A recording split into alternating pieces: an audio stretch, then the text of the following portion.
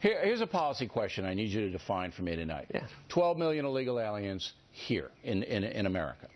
Mr. Trump says he would deport them forcibly. The federal authorities would round them up and send them back home. Costs a lot of money, but he says it's worth it because we just can't allow the law to be broken this way. Would you round up 12 million illegal aliens here, and if so, how? Listen, we should enforce the law. How do we enforce the law? Yes, we should deport them. We should build a wall. We should triple the Border Patrol. And federal law requires that anyone here illegally that's apprehended should be deported. You know the biggest difference, Bill? Them, though, as Mr. Trump would look for them to get them out. Would you do that if you were president? Look, Bill, of course you would. That's what ICE exists for. We have law enforcement that looks for people who are violating the laws, that apprehends them and deports them. But, Bill... Wait. Just let me get this straight, because this is important, very important. And I use the same example. So Tommy O'Malley from County Cork in Ireland is over here, and he overstays his visa, and he's got a couple of kids, and he's settled into Long Island. And you, President Cruz, are going to send the feds to his house, take him out, and put him on a plane back to Ireland?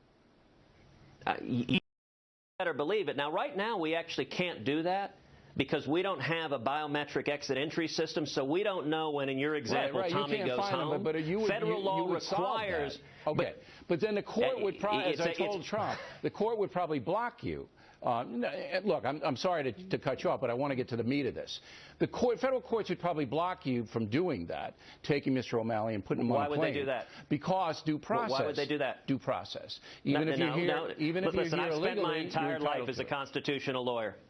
No, that is not. So federal law right now requires a biometric exit entry system on visas. The Obama administration refuses to enforce federal law. As president, I will put that in place so we will know the day someone overstays their visa and be able to send law enforcement to apprehend them and send them home. And the biggest difference, Bill, between Donald Trump and Marco Rubio and myself is that both Donald Trump and Marco Rubio would allow those 12 million people to become U.S. citizens. Donald said once he deports them, he'd let them back in as citizens.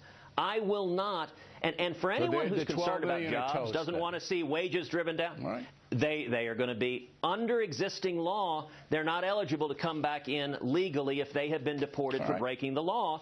And I think Donald Trump and Marco Rubio are wrong to drive down wages and take away Americans' jobs by giving 12 million people here illegally U.S. citizenship. That's not consistent with rule of law. All right. Well, this is my job to get your position on the record. We did it tonight. Senator, we'll continue the conversation. We appreciate you taking the time.